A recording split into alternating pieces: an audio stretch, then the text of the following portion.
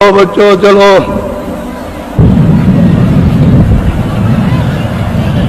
बच्चे और बच्चियों,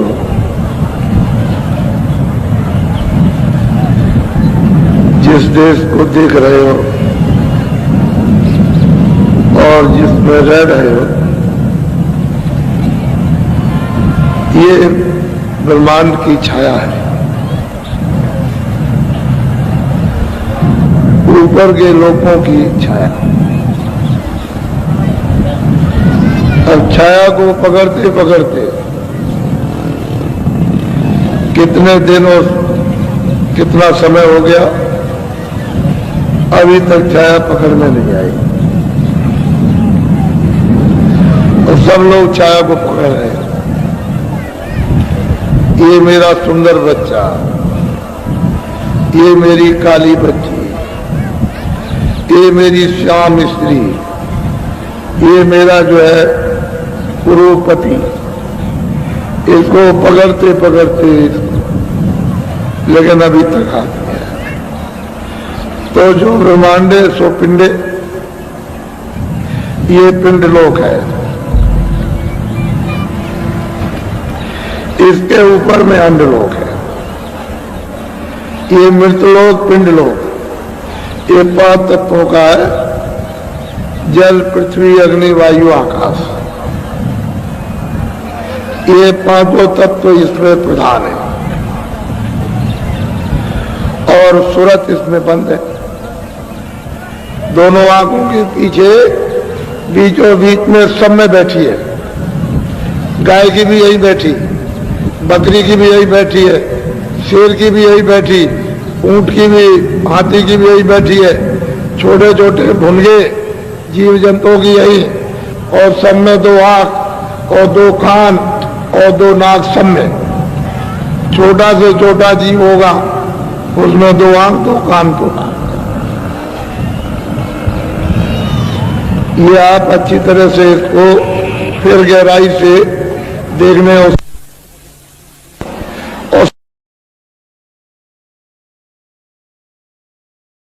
साधन सुन नहीं सकती, साधन कर नहीं सकती, वो अभ्यास नहीं कर सकते, बैठ नहीं सकते, उनको मालूम नहीं कि अभ्यास क्या चीज है। आप अभ्यास कर सकते हो, बैठ सकते हो, लेकिन वो लंबा और वो सीधा, सबके यही बैठे इसी जगह पर। ये 5 तत्वों का पिंड लोक है, मृत लोक। बस ये खोल है, सबसे मोटा खोल ही है, इससे मोटा खोल और कोई भी नहीं।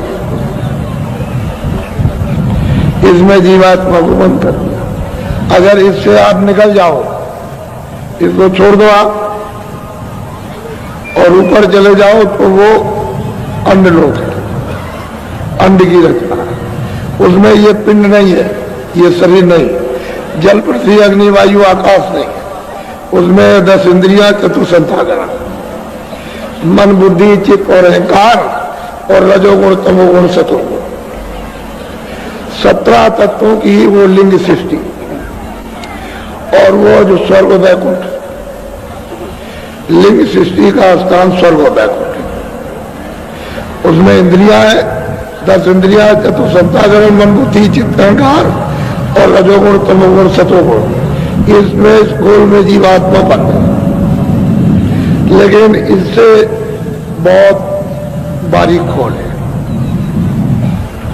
ये जड़ है, वो ये जड़ इस तरह का नहीं है,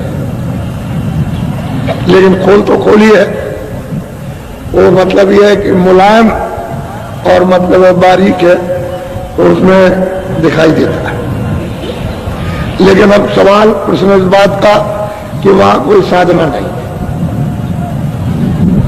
लिंग शरीर में रह करके कोई साधना नहीं। साधना होगी तो इसमें, तो इससे जीवात्मा को निकालो पिंड से, इस खोल से 5 तत्वों के, तो फिर लिंग में चली जाए, उसमें बंद है, इसमें से निकलेगा तो लिंग शरीर है। और स्वर्ग वैकुंठ के परे जब शक्ति लोग ईश्वर का धाम और उसके लोग जितने भी आते हैं वो सूक्ष्म लोग हैं। इनकी सबकी अलग अलग सीमा है।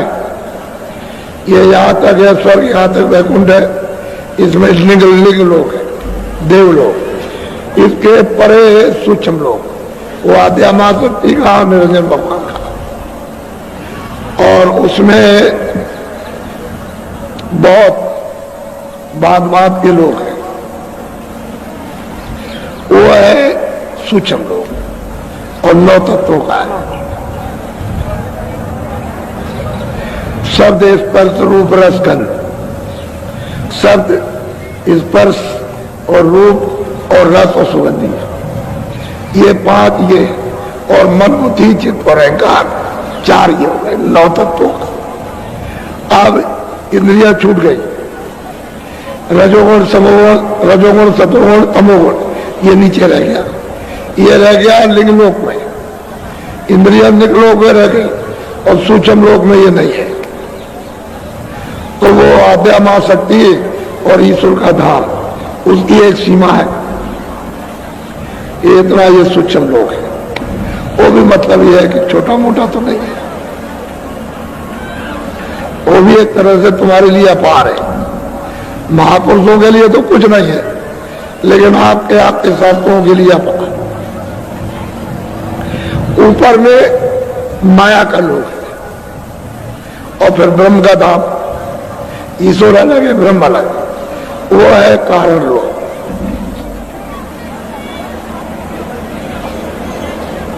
ये स्थूल पिंड लोक और लिंग लोक स्वर्ग वैकुंठ, और सूक्ष्म लोक शक्ति का धाम और निरंजन धाम, यानी ईश्वर का घाट का धाम, खुदा का। वो मतलब ये है कि वो सूक्ष्म लोक, और उसके परे माया,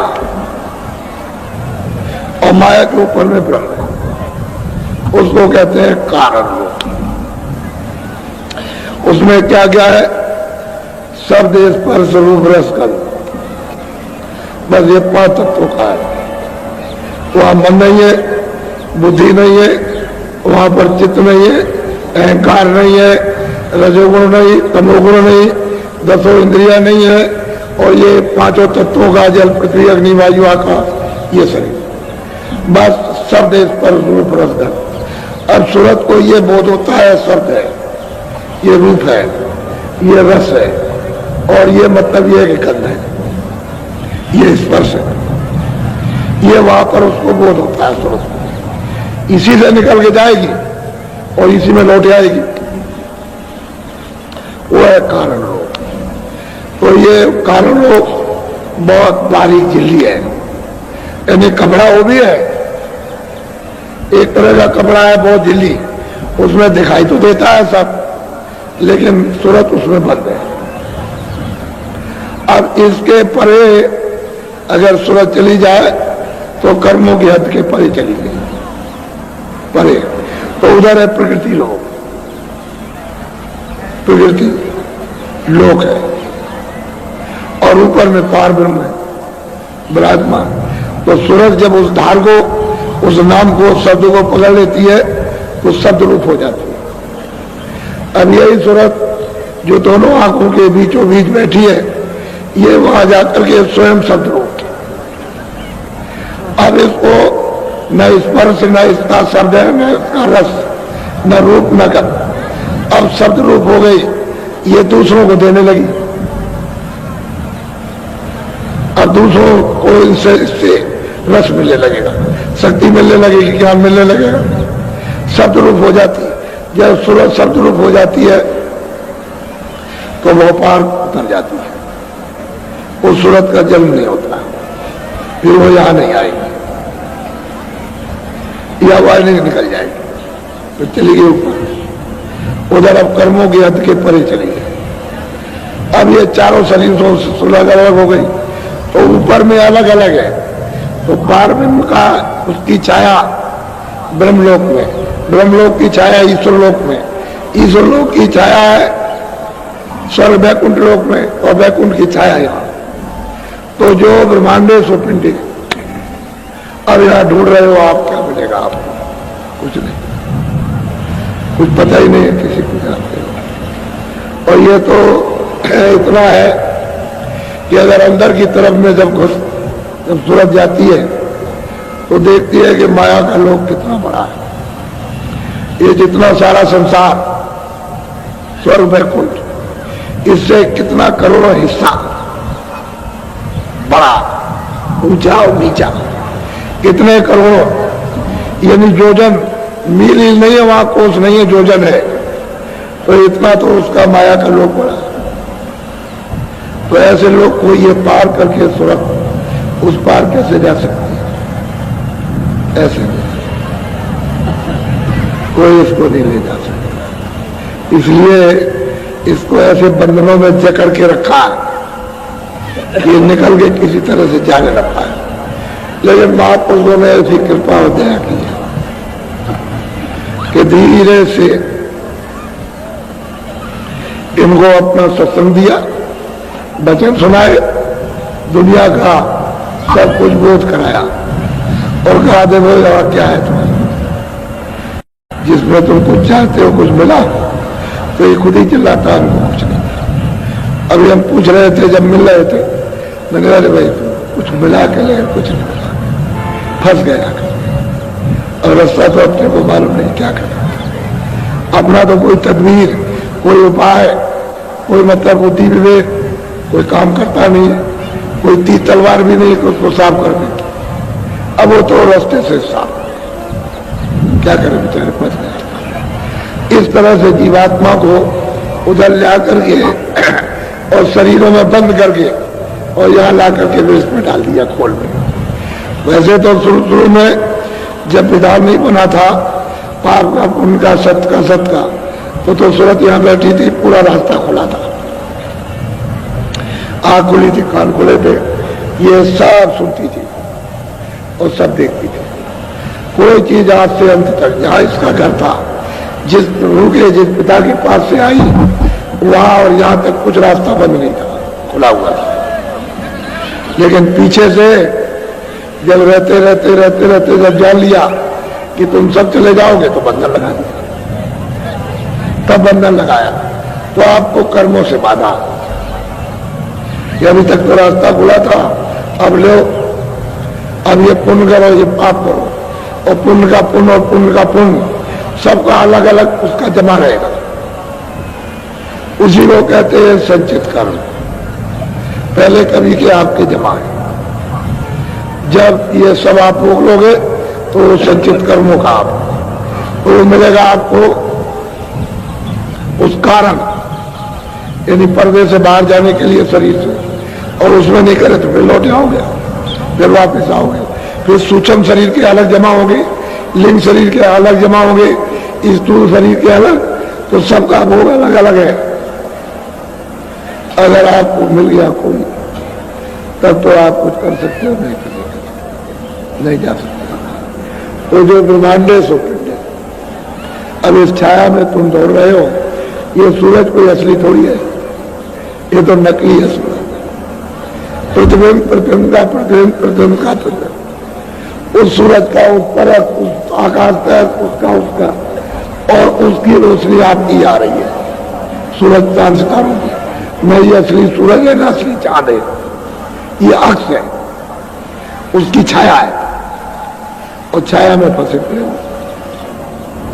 कैसे निकल के जा सकते? जब तक जानकार नहीं मिलेगा तब तक आप नहीं जा सकते। इसलिए सत्संग की तो आपको हर वक्त जरूरत थी। जब से बच्चा जन्मा था, अगर उसको सत्संग में कर दिया जाता तो आज जाग ना जाता। नहीं वहां मत जाओ, साधु बन जाओगे, घर बार छूट जाएगा, तुम चले जाओगे, तो लोग लालच में तुम भी फंस गए, तुम्हारे माँ बाप तक न खुद गए, न जाने दिया, और न तुम्हारे बच्चे गए, बस इसी छाया में फंस गए। अब रोते और चिल्लाते। तो आपने शरीर सुख का कोई काम नहीं किया, सब शरीर दुख के काम किए, तो आपको सुख कैसे मिल जाएगा? उसने शरीर सुख के लिए भी काम रखा, ये काम करो तो शरीर से सुख मिलेगा, और शरीर से ये काम करोगे तो शरीर से दुख मिलेगा।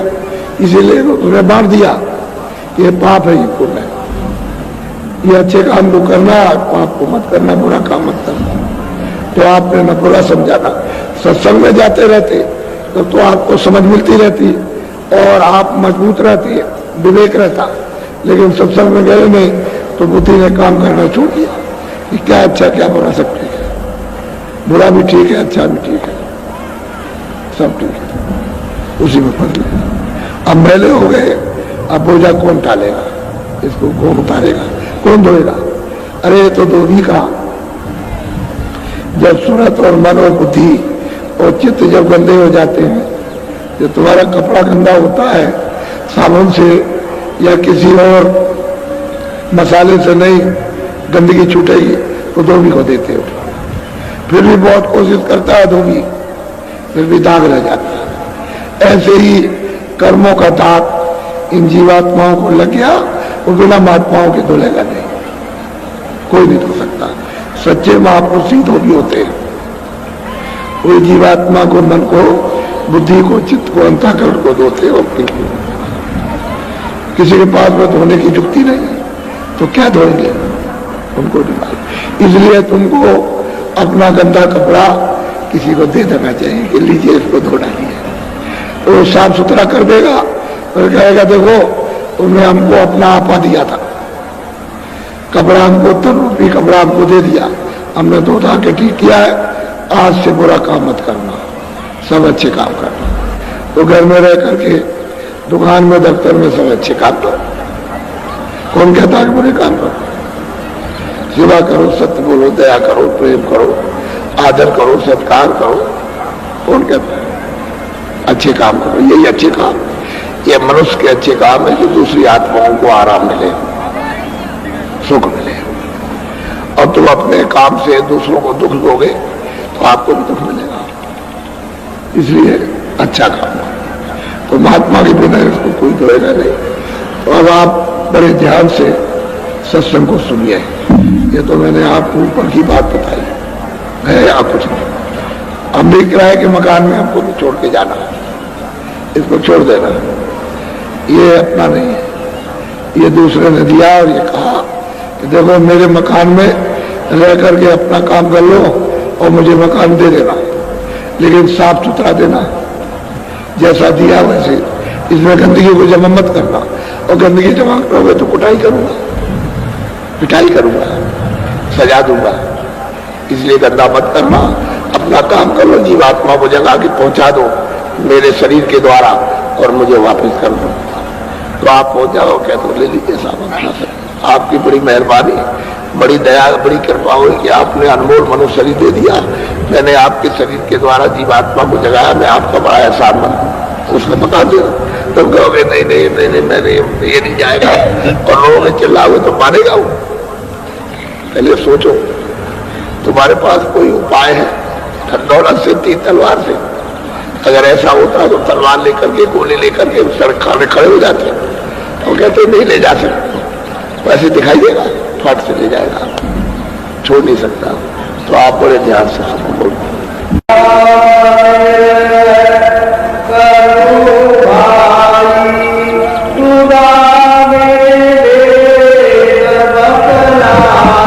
तमाम लोग कहते हैं कोई ईश्वर है, कोई खुदा है, कोई राम है, कोई कृष्ण है, कोई कोई है। ये सब लोग चिल्लाते हैं। अरे भाई ये लोग जो आए, राम आए, कृष्ण आए, यह मतलब है मोहम्मद साहब आए, ईसा मसीह आए, ये जितने भी लोग आए अपने अपने वक्त में, अपने अपने वक्त में और अपने अपने स्थान के ठीक थे। इनको भी किसी काम के लिए भेजा था। एक सूरत,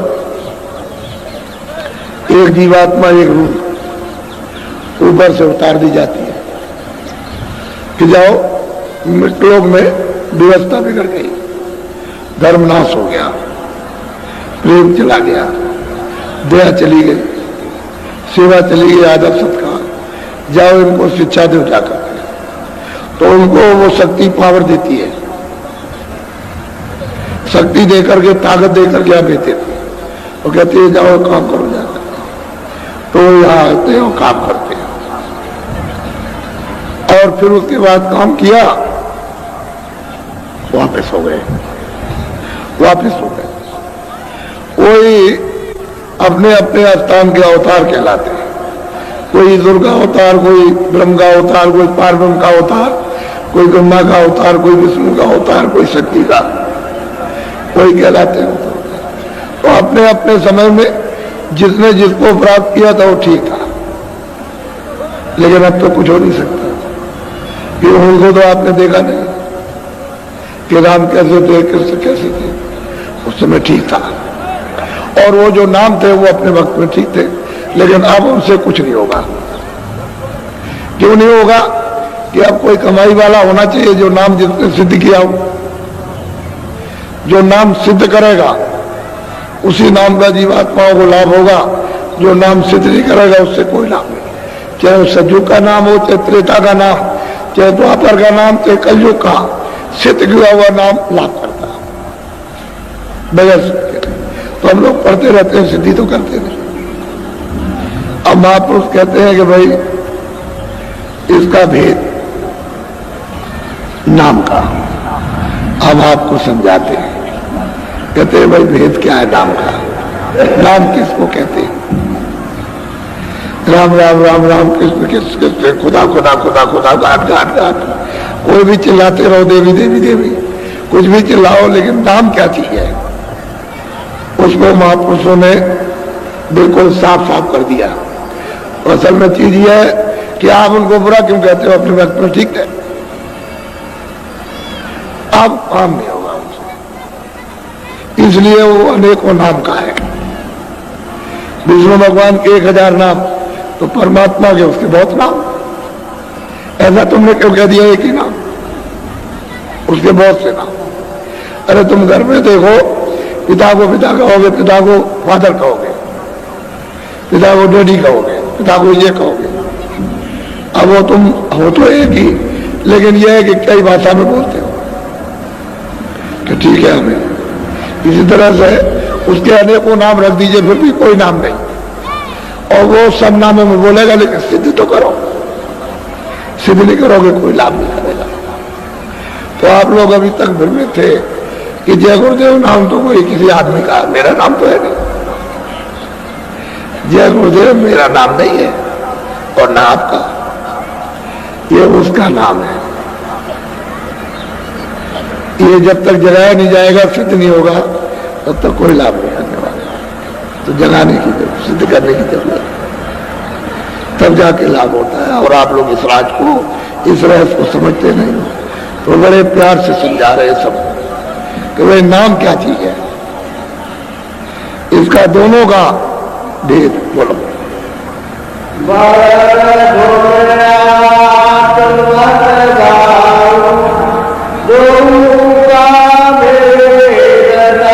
अब वो कहते हैं कि वर्णात्मक नाम, वर्णात्मक उसको कहते हैं जो जिह्वा से बोला जाए। कोई नाम हो, जो भी शब्द आप जिह्वा से बोलोगे वर्णात्मक, और ध्वनात्मक नाम है जो अपने आप हो रहा। वो जिह्वा नहीं बोल रही, वो अपने आप बोला। वो तो चेतन की आवाज है, वो चेतन बोल रहा। और उसको कौन सुनेगी? सुरत। ये बुद्धि नहीं, सुरत। तो सुरत है चेतन, उसमें कान है, वो सुनेगी। तो जो जिह्वा से बोला जाए वो वर्णात्मक है, और जो अपने आप धुन आ रही है वो धुनात्मक नाम। तो असल में सुरत को कैसे दोगे? इसको किस तरह से? जब तक धुनात्मक नाम नहीं मिलेगा तब तक ये सुरत धुल नहीं सकती, इसकी सफाई नहीं हो सकती। वर्णात्मक नाम को लेने से इतना होता है, मन और बुद्धि थोड़ी देर तक। कोई किताब पढ़ो तो थोड़ा सा रुके रहेगा, फिर फैल जाएगा। तो मन बुद्धि चित्त अगर विवेक से पढ़ोगे, कोई भी किताब महात्मा की किसी की पढ़ो और विवेक से पढ़ो, तो मन और बुद्धि और चित्त है, ये आपके थोड़े बहुत रुकते हैं और शुद्ध होते हैं, लेकिन जीवात्मा पर उसका कोई असर नहीं। इनसे मदद ले सकते हो, लेकिन धुनात्मक नाम से सफाई होगी। जो अंदर कूड़ा कचरा जमा कर रखा है कर्मों का, वो बिना धुनात्मक नाम के जाएगा।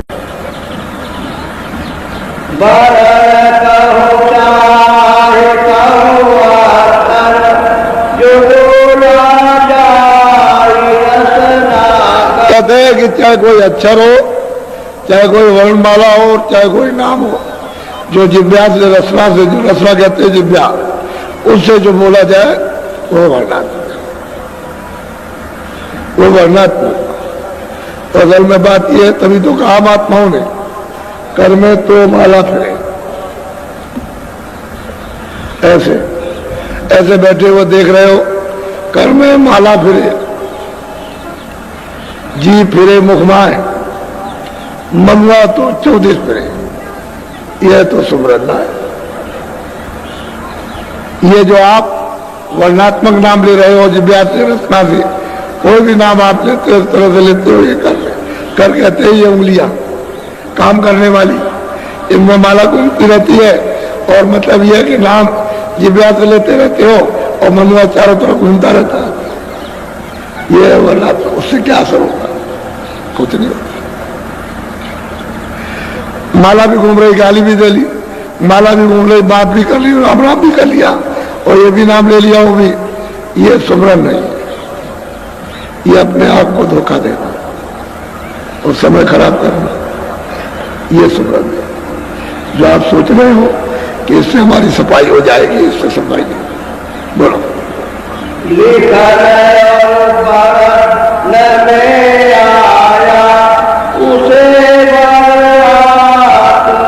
कहते हैं जो भी नाम लिखने पढ़ने में आ गया वो वर्णात्मक नाम है, और जो लिखने पढ़ने में नहीं आता वो धनात्मक नाम। और उसको सूरत सुनेगी, वो चेतन है उसी काम से, तो जब तक वो नहीं जागती है तब तक नहीं सुन सकती, और जाग गई और कान खोल गए तो सुनने लगी। वो धनात्मक नाम है, और ये जो लिखने पढ़ने में आ गया वो वर्णात्मक है। अब आप इसको पढ़ते रहो। तो जरूरत तो थी आपको कि इससे मदद लेते इंद्रियों की शुद्धि सफाई के लिए, और साफ हो जाती तो अंदर की चीज पकड़ लेते, अंदर का नाम पकड़ लेते। क्योंकि वो तो आवाज दे ही रहा, वो तो नाम जगा हुआ और सो कब रहा, वो तो चेतन, वो तो बोल रहा, वो तो सब जीवात्माओं को घाट पर बुला रहा, लेकिन आवाज घाट में आएगी। घाट छोड़ दोगे तो आवाज सुनाई नहीं देगी। घाट पर आवाज आ रही है और तुम उधर सुन नहीं रहे, जैसे कोई आवाज होती रहे, तुम लगे हुए हो, मशगूल हो, तद्रूप हो किसी काम में, किसी बात में, और आवाज आ रही है, और उन्होंने कहा देखो इधर से आवाज आ रही, तो जब आपने बंद किया, ध्यान हटा, तब आपको सुनाई दिया कि आवाज तो आ रही। इसी तरह से जब महात्मा वेदी मिल जाए, कहते हैं भाई इधर से जरा चल जाओ, रुको, इधर से जरा उधर ध्यान देके सुनो, देखो ऊपर से बुला रहा, तो जब आप सुनोगे तो सुनाई देगा। तो ये लिखने पढ़ने में आया वर्णात्मक नाम। तो बहुत तरह के नाम आए, एक दो नाम, किसी ने कुछ कहा, किसी ने कुछ कहा, किसी ने सतयुग का नाम, किसी ने त्रेता का नाम, किसी ने द्वापर का, कलयुग लगा हुआ। तो लिखने पढ़ने में वो धनात्मक नाम नहीं है, वर्णात्मक है, धनात्मक है। बोलो।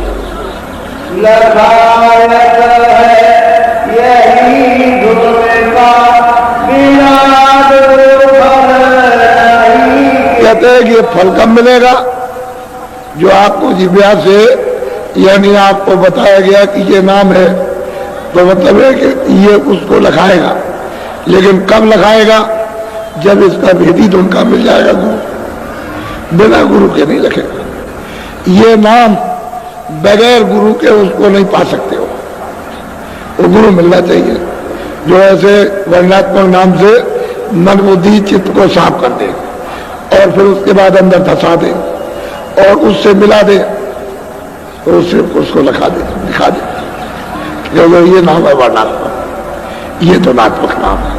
दोनों को बता दे कि ये काम किया इंद्रियों की सफाई, और इससे सूरत को मांझो, जीवात्मा की शुद्धि सफाई कर लो, तब वो पर्दा उतरता है जिंदगी का। नहीं तो पर्दे पे पर्दा, पर्दे पे पर्दा, पर्दे पे लेप चढ़ा, कर्मों का लेप चढ़ा हुआ उतरता है तो दिखाई देता है कि कैसे कैसे उतारा जाता है, उतरता है। तभी तो सूरत को अनुभव होता कि हमारे ऊपर कर्मों के कितने पर्दे लगे हुए, बगैर उसके नहीं हो सकता। कहते हैं इसका भेदी मिलना चाहिए, तो लिखने में आएगा।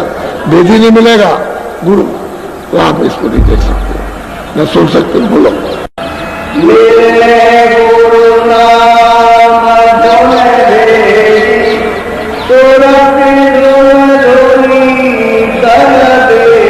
कहते हैं अगर नाम का वेदी उस धुन को प्राप्त करने वाला, धुन को पकड़ के चढ़ के आने जाने वाला मिल जाए तो सूरत को सफाई कर सकता है। उसमें तो पावर है, उसके पास सब शक्ति है,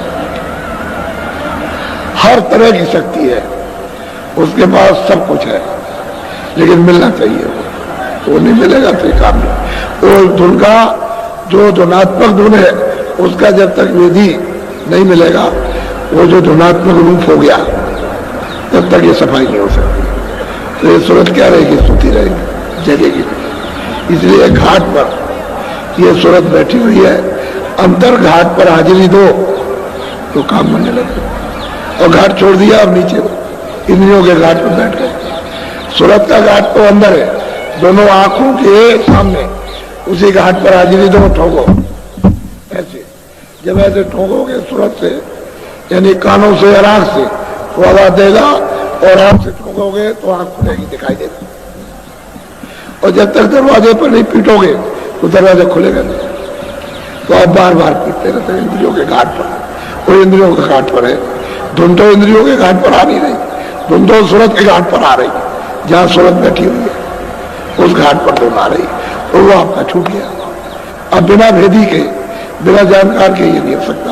वही सूरत को जोड़ेगा नाम के साथ, उस धुन के साथ, जो धुनात्मक धुन है उसके साथ जोड़ देगा। उसमें चेतनता है, वो शक्ति और आकर्षण है, तो इस तरह से खींचता है। तो इसी यानी मनुष्य शरीर से जीवात्मा को निकाल के बाहर कर देगा।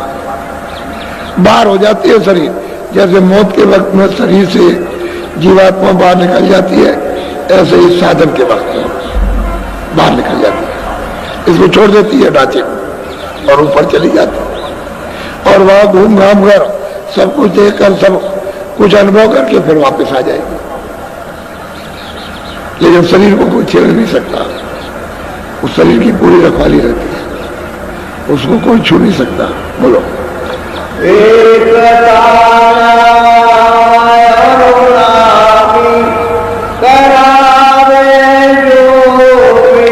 कहते वो स्वामी जो नाम को पा करके नामी को जिन्होंने प्राप्त कर लिया, वो अगर मिल जाए हमको तो ये सूरत धुन से अलग है, धुन से जोड़ देंगे।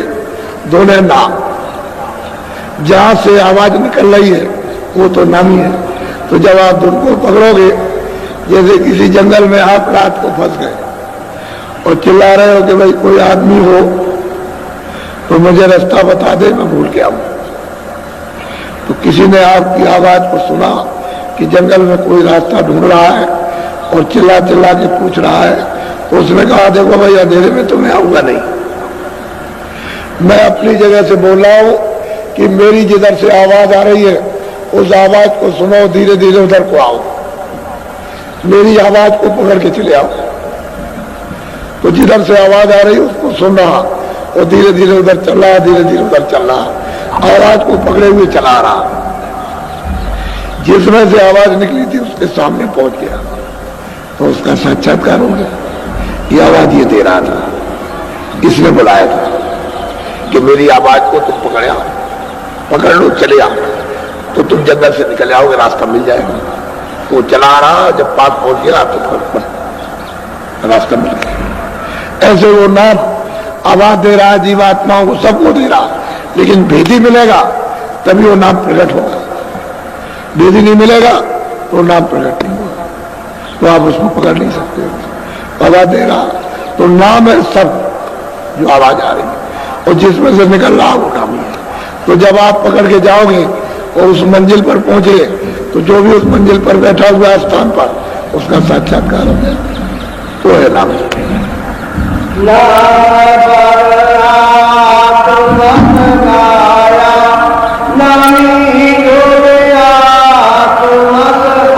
कहते हैं कि वर्णात्मक नाम को बताया कि बाहर का नाम है जो लिखने पढ़ने में आया, और सूरत का जो नाम है शब्द वो मैंने आपको बताया कि ये इससे तुम लखोगे, देखोगे, और उससे मिला दिया। तो शब्दों को जगा करके नाम से जोड़कर कभी तो ले जाते, ऐसे नहीं ले जा सकते कि ऐसी जगह नाम के ले जाते। वो तो नाम के सहारे आए, नाम के सहारे जाएंगे। खुद भी नाम के सहारे आते और खुद जाते, वो भी नाम को पकड़े हुए नाम में से आए और नाम ही से ले जाते घसीट कर। नाम से ही उनका उतार हुआ है और नाम से ही चढ़ा हुआ और नाम से ही पहुंच गए, नाम से उतर जाए। आप आपको जब तोड़ देंगे तो चढ़ा ले जाएंगे, तो ये सूरत भी नाम से चढ़ करके जाएगी। तो दो धाराएं नेगेटिव पॉजिटिव, एक धारा फेंकती है और एक धारा खींचती है। जो गंदी धारा है उसको नीचे फेंकती है और जो उज्जवल धारा है उसको खींच लेती है। तो नाम क्या है? उज्जवल है, उसका भेद महापुरुष जानते हैं और कोई नहीं जानता है। वैसे आवाजें तो बहुत है, बहुत तरह की बाणियां हैं, तरह तरह की बाणियां, देवबाणी, आकाशवाणी, ब्रह्मवाणी, भांत भांत की बाजे बज रहे, कीर्तन हो रहे, सब कुछ है, गाने गुने हो रहे, तरह तरह के हो रहे, अद्भुत, जो लिखने पढ़ने में नहीं आ सकते।